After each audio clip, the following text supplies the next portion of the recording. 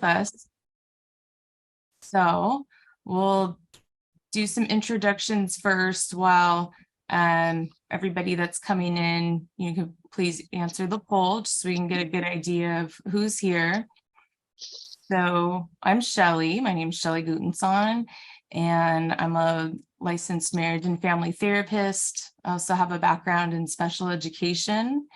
And for the past 10 years now, I think, I have worked as a therapist in county jails throughout California. And then I also audit prison education programs throughout the country with the Correctional Education Association. And currently, past few years, I've been running a private practice called the Restorative Therapy Project, and we focus on formerly incarcerated persons, mental health workshops. We partner with organizations like nonprofits and community colleges to be able to make mental health more accessible to men and women and teenagers, also, going through the reentry process. Wonderful. It's a pleasure, Shelly, to be with you and collaborate with you, and just the work that you do, just definitely appreciate you. I am Latasha Drax. I am the founder of Love Beyond the Wall. We are a community outreach that focuses on building relationships and strengthening families impacted by incarceration. My focus, or our focus, is reentry in relationships, mental health, coalition building, and a case of working with, alongside, and collaborating with organizations and individuals such as Shelly. We also do research and legislative advocacy, and I'm just so happy that you guys decided to join us today. And we're going to have a good interactive conversation. Yeah, so Latasha and I are gonna, we'll put up the agenda and we're gonna go through some information first. After that, then we'll kind of ask everybody to share out from their own experience. Looks like we have a pretty good mix of, from our poll so far, formerly incarcerated, practitioner, advocate, loved one of a currently or formerly incarcerated person. We'll ask you to participate through the chat, as we talk to, and we're going to be including resources, and we want you to include resources too. So ideally at the end, we can compile all of those together and we'll send them out to everybody who is here with us now, as well as the ones who, I know a few registered but weren't able to make it because of work. So we'll make sure that we get those out to everybody.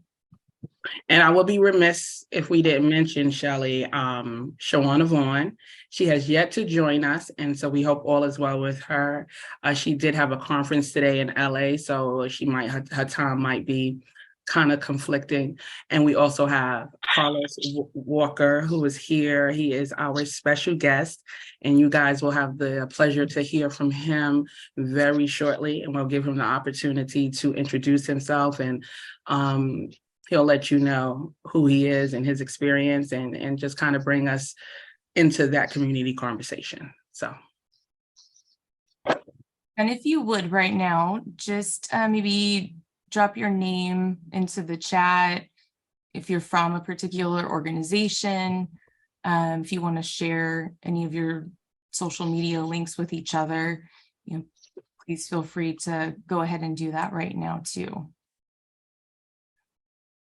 And we'll all provide our email addresses at the end also in case you have any questions. Okay. And once again, that list, any of your resources, anything that you have, we will be sharing it out via email. We've had many people register, so all of that information will be provided to those who signed up for it. Mm-hmm. All right, let's rock and roll. Let's rock and roll. Okay, I'm gonna share.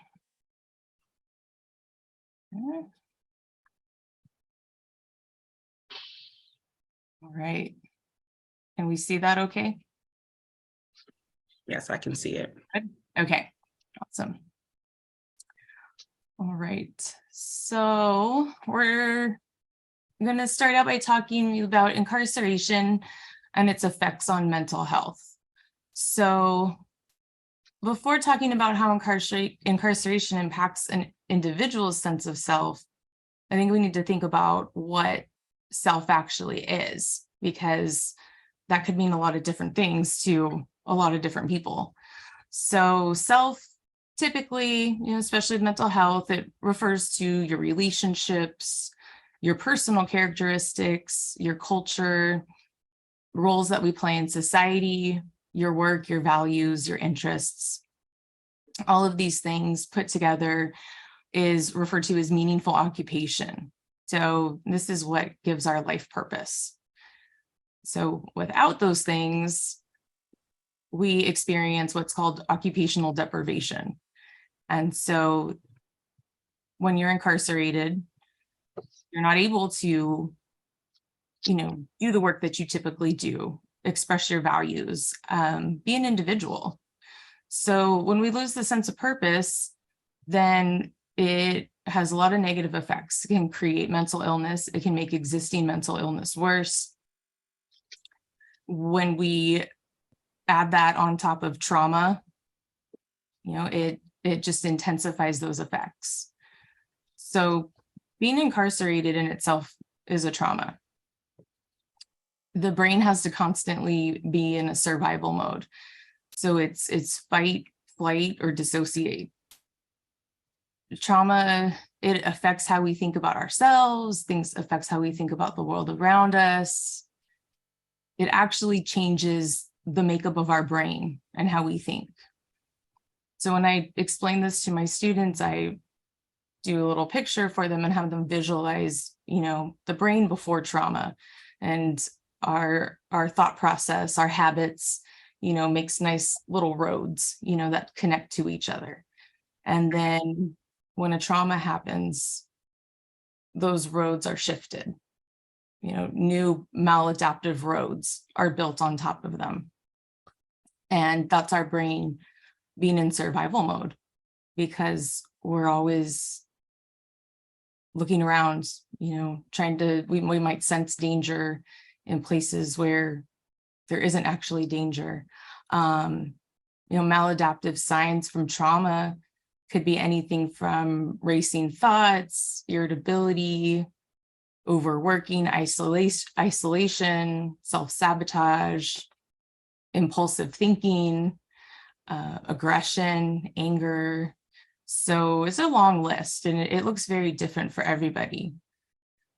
Maladaptive signs of trauma after incarceration often tend to be more angry, more aggressive, isolation, avoidance, not feeling emotions or acting like you don't feel emotions, and then keeping those all inside of you, pushing them down, pretending they don't exist, and then having emotional outbursts.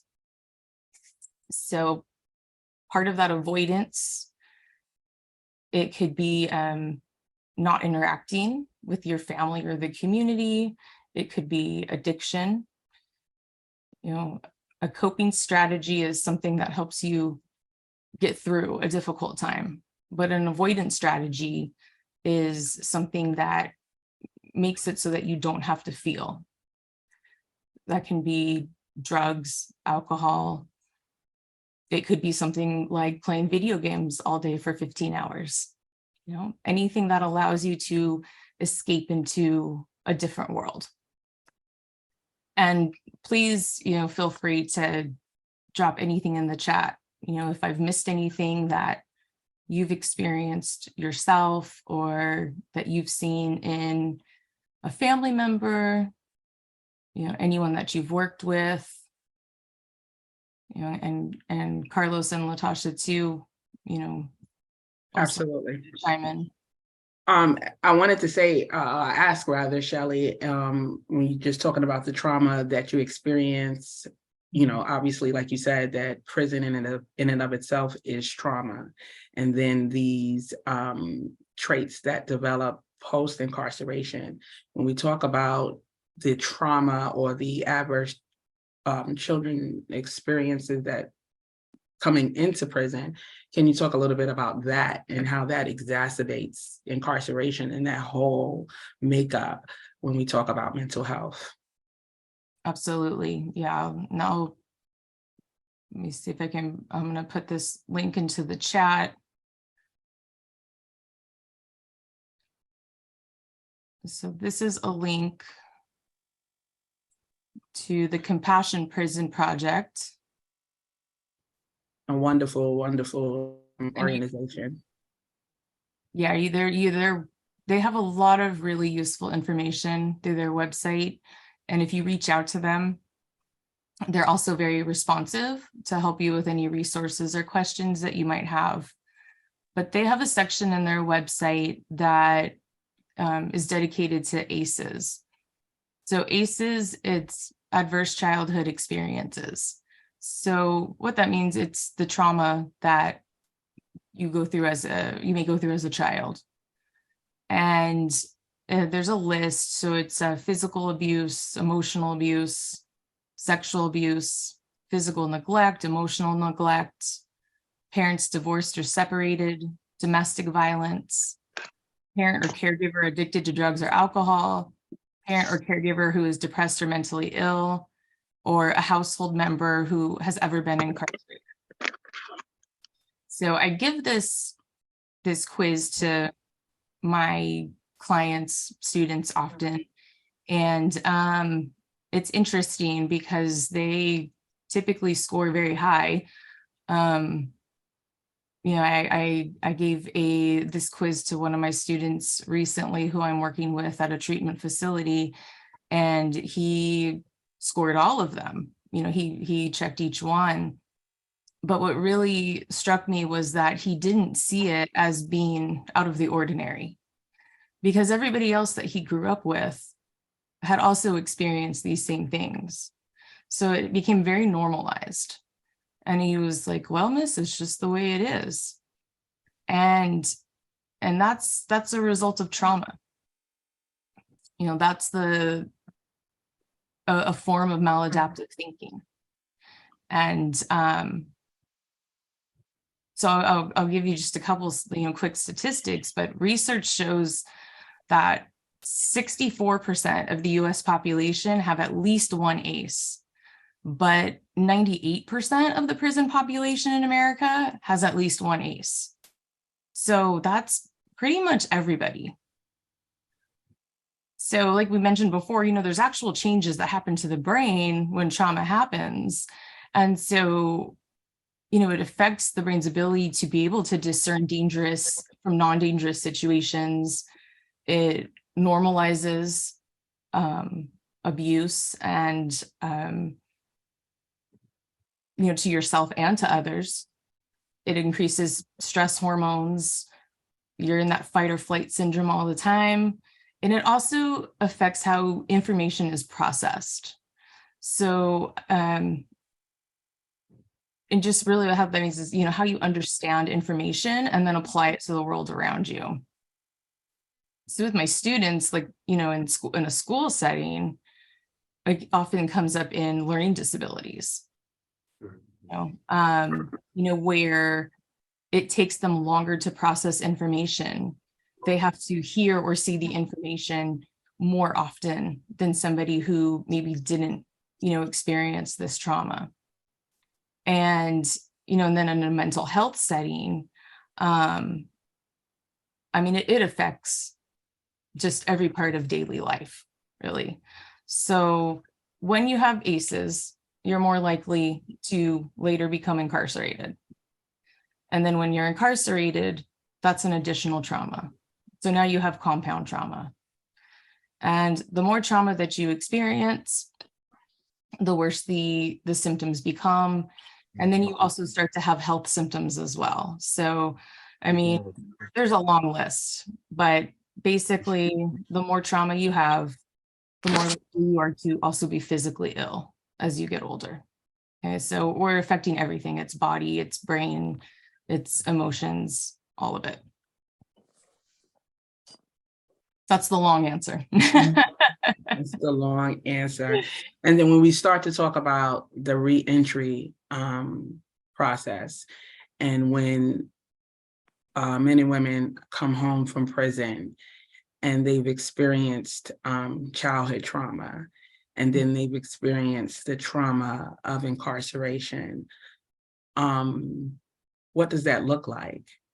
You know, because I often, you know, make the comparison between post-traumatic stress disorder when a person from the military returns home from prison, from war, or from whatever military branch that they're a part of, and they become a civilian, and the experiences that they often have, and we don't like to make that comparison, right, between the military and someone who served time in prison, right? We don't like to make that comparison, but when we really look closely at it, there is very similar, there's a lot of similarities with it, because the military, even though we're serving the country, the soldiers serve the country, whereas those who are incarcerated serve time.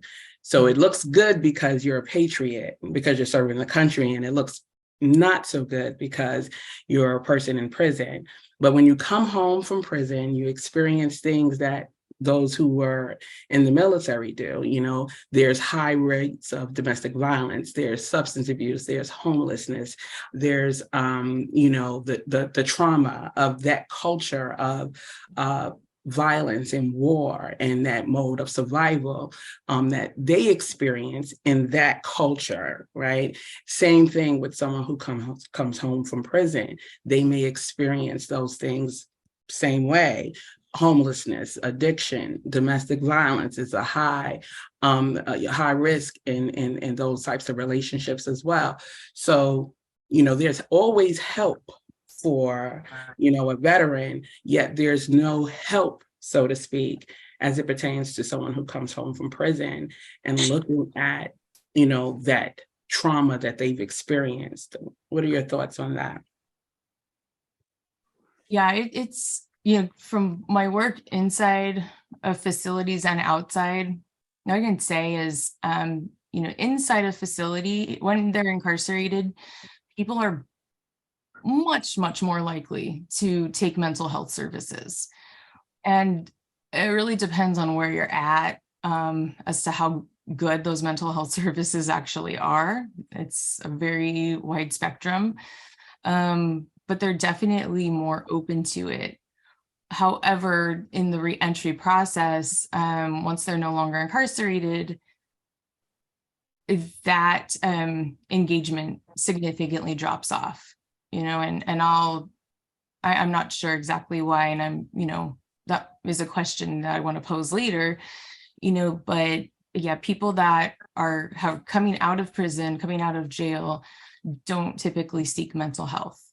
So they're often offered mental health, maybe, through probation, parole, but the mental health services are either offered through county, which is seen as an extension of where they just came from, or it's offered through peer support, which, that person's not necessarily a trained, mental health professional. And also, I think a lot of mental health professionals just lack the general knowledge of what it's like to be inside of a jail, inside of a prison. So it's very chaotic, and toxicity is normalized, and you have no name, you're just a number. And so it's hard to understand those things. I mean, I don't claim to fully understand it, because I haven't personally experienced it, but as a mental health practitioner working there, I feel like I have a little bit more knowledge, and then we release people, and, after that, living in that toxicity, that neglect, and that depersonalization, we expect them just to go out and become a community member and a family member, a dad, a mom, a brother, a sister. And they typically, don't want to talk to their family about what they, or anybody really, about what they just went through. And so what happens is, they're living in isolation, they're angry, they're aggressive, emotional, and the family is kind of walking around on eggshells, trying not to set the person off, and not really understanding what's going on, because maybe the person that went into incarceration is very different from the person that's coming out of incarceration, if that makes sense. Absolutely.